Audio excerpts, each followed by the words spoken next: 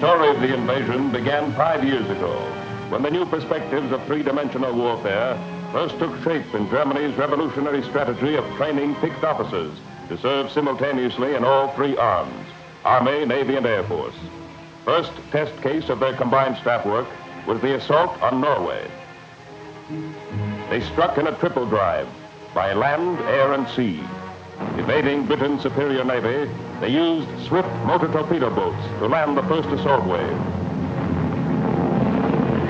What they lacked in naval power, they made up by air. Under air cover, guarded by E-boats, the troop ships landed their tanks and armored divisions, and Norway fell to the invader.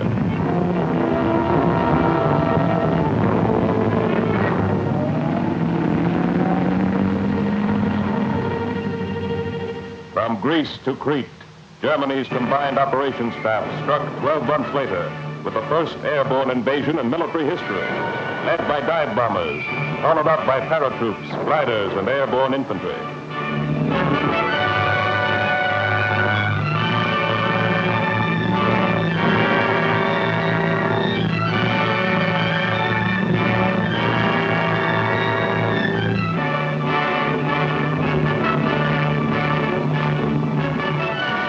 Arms, ammunition, and supplies were dropped by parachute. Lightweight automatic weapons gave vast firepower to small numbers of men.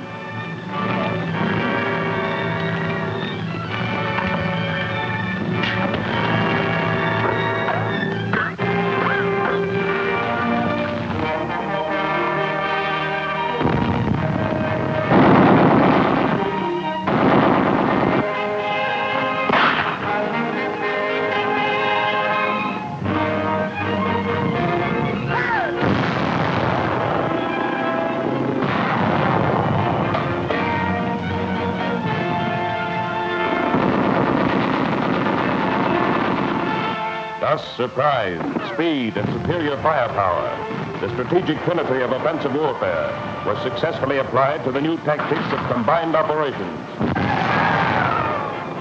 The amphibious invasion of Norway and the airborne conquest of Crete were military milestones. Yet, Germany failed to develop combined operations to their logical conclusion because her very strength as a land power prevented her from making full use of amphibious warfare.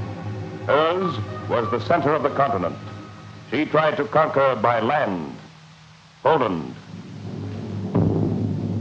Denmark, Belgium, Holland, France, Yugoslavia, Greece, Russia, Italy, Romania, Hungary. But among our enemies, Japan, not Germany, was the pioneer of amphibious warfare. From the time of Drake until Pearl Harbor, Japan fought for control of the Pacific. Her navy, unlike the British or American, was designed purposely as an amphibious force, a swift, short-range, troop-carrying, island-hopping adjunct to the Japanese army. And she was quick to learn the lesson of air power.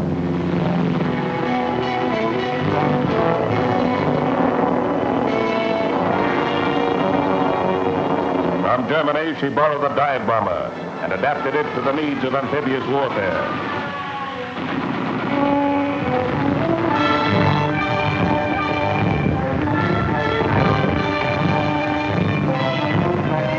The whole coast of China, nearly 5,500 miles of it, was conquered in this manner. And so, through 13 years of unbroken amphibious warfare, Japan planted her flag firmly into military history.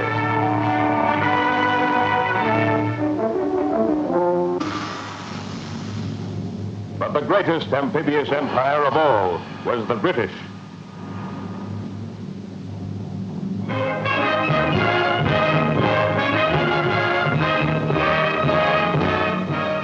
Yet, after 20 years of peace, Britain had almost forgotten the lesson that had gained her an empire. She had to learn it again bitterly and slowly, the long, hard way.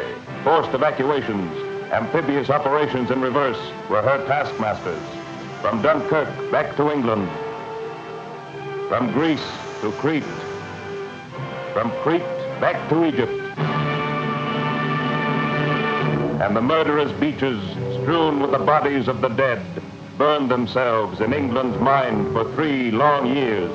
Reminders to strike back, to rediscover her forefathers' birthright of combat across the sea.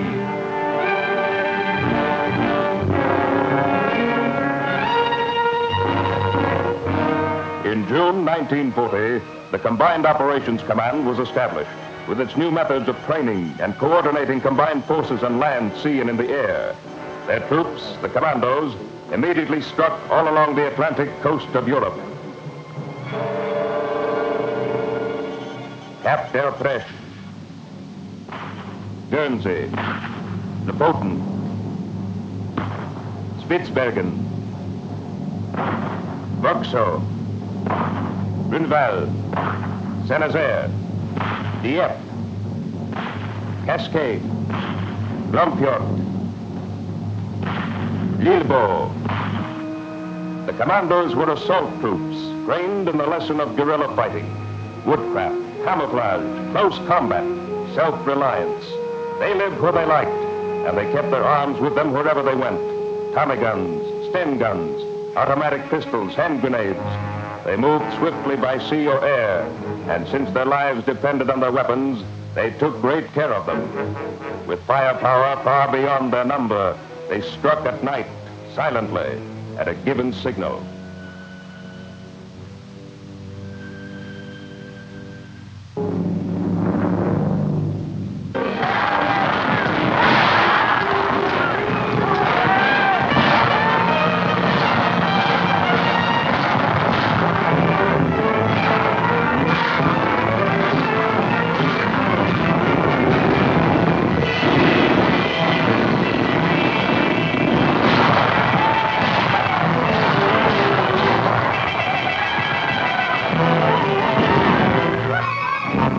As the dawn came up, they moved inland.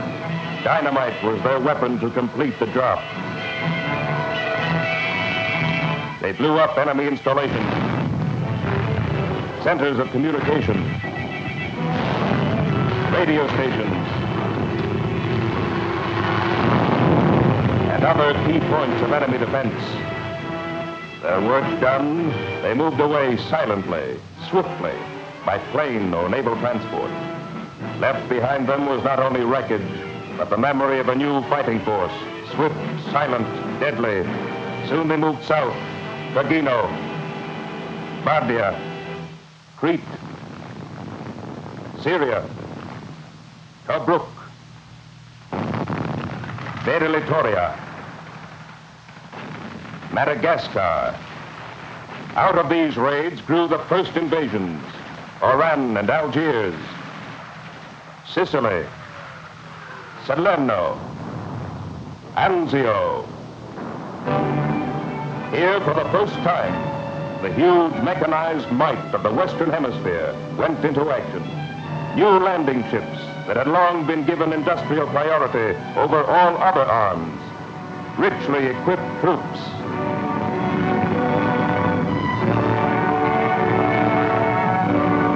New amphibious vehicles. New types of troop ships, all of them linked by radio to hit the beach at the exact time and place in coordination with all other landing parties.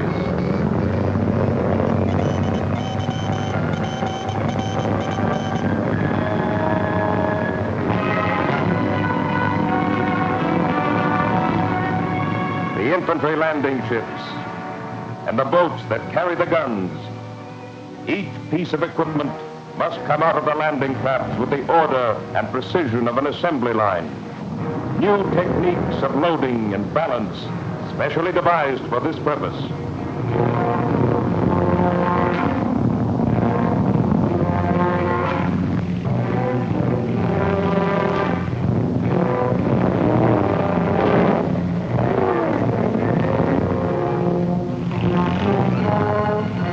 New techniques of waterproofing and rust control, specially developed by Army engineers to protect the tanks that have to move through water up to their turrets. New amphibious vehicles, specially designed, the alligator, the water buffalo, the duck. And always there had to be air cover for protection.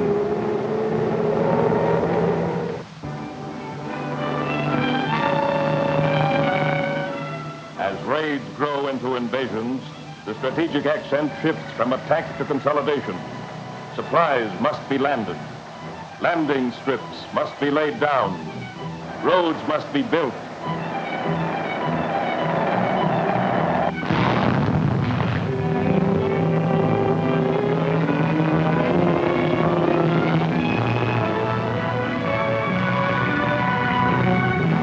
Soon the transport planes and glider trains bring in whole armor divisions. Thus, to the British tradition of commando landings, we of the Western Hemisphere have added our native tradition of inventive industry, the assembly line, as mainspring of mechanized warfare.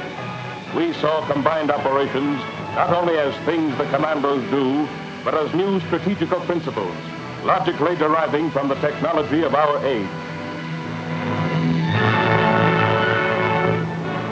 To the two dimensions of land warfare, we saw naval strategy added as a third. Pillboxes and underground shelters gave added depth on land. The submarine gave depth to it on sea. The bomber gave height to it. The fighter escort added a third dimension in the air.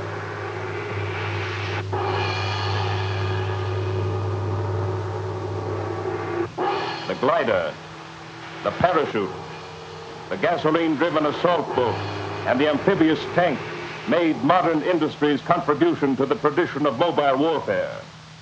And finally, radio and electronics linked this three-dimensional attack team into a unified battle force. This was the team which broke Japanese resistance in the Pacific.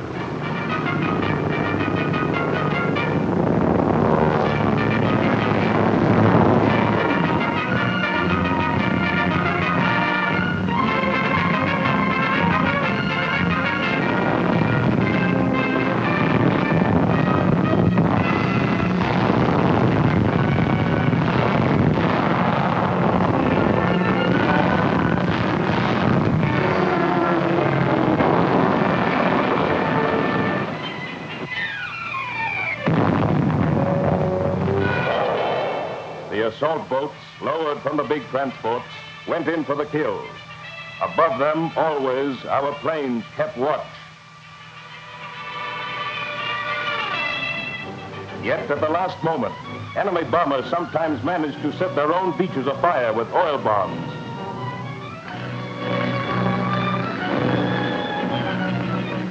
Then it was up to the individual soldier's bravery to make his way through the burning sea. So now, as always, the battle depends again on the common infantryman.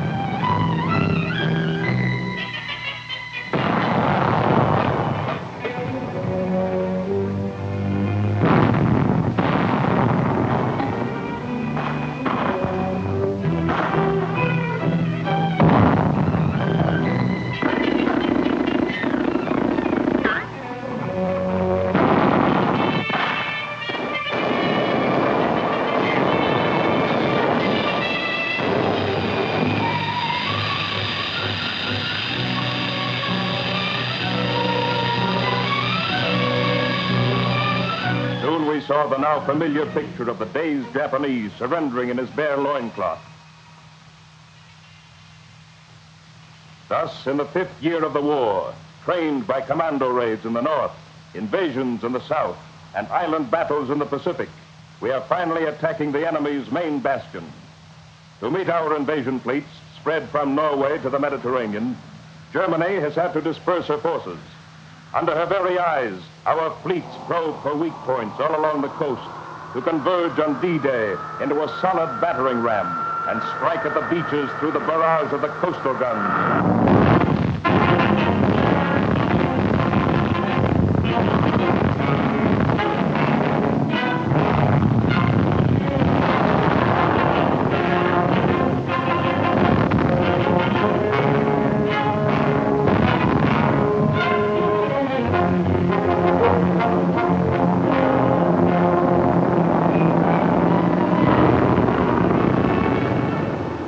Screens and constant air cover strategic plan. March separately, strike together. Napoleon's maxim brought up to date by the new weapons of amphibious warfare. At 0 hour, our strategic and tactical air forces merge into one, blowing up minefields, destroying underwater obstacles, and skip bombing shore installations to keep the enemy in their pillboxes till our barges hit the shore. The sky fills with the tracery of our new weapons, whose very names have been secret till now. Unrotative projectiles, daisy cutters, Z-guns, rockets of all types. And as the rockets hit the beach, assault troops attack.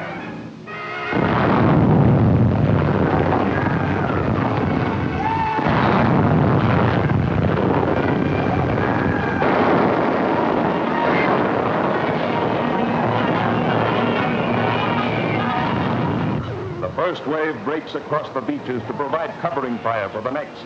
French commandos, Canadians, U.S. Rangers, Marines with mechanized equipment.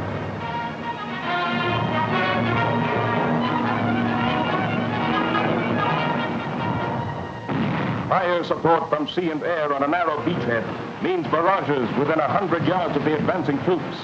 Bombardment can soften the defense, but the infantry must take it.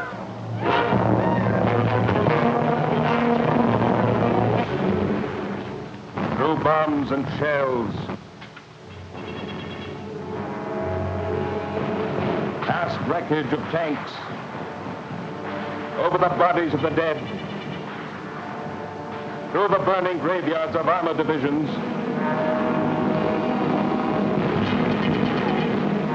hit, wounded, and still moving on.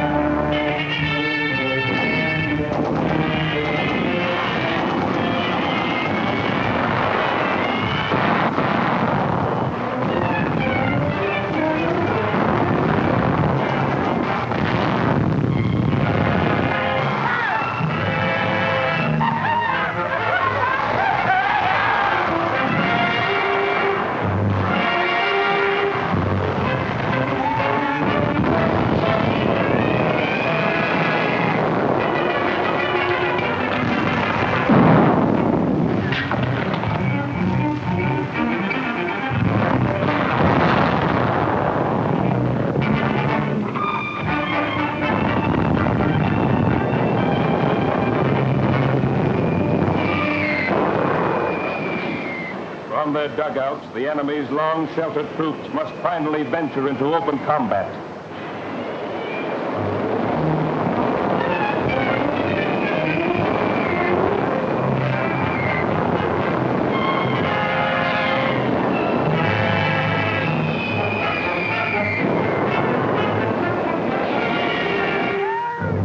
Gurkhas and Indian commandos,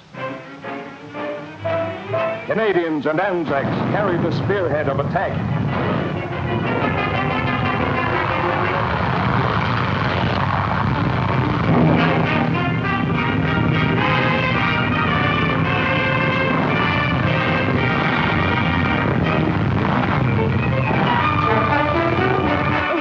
To cut off enemy withdrawals, our paratroops must attack behind the lines, landing in 6 to 12 men with their weapons ready. Linked by radio, trained in judo and commando tactics.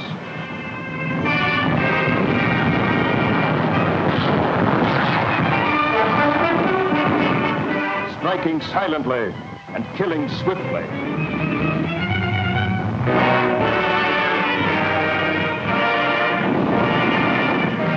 The paratroops' job done, our armored divisions must move in from the sea. Shock troops taking cover behind their shield, drawing the enemy's combat teams to the counterattack.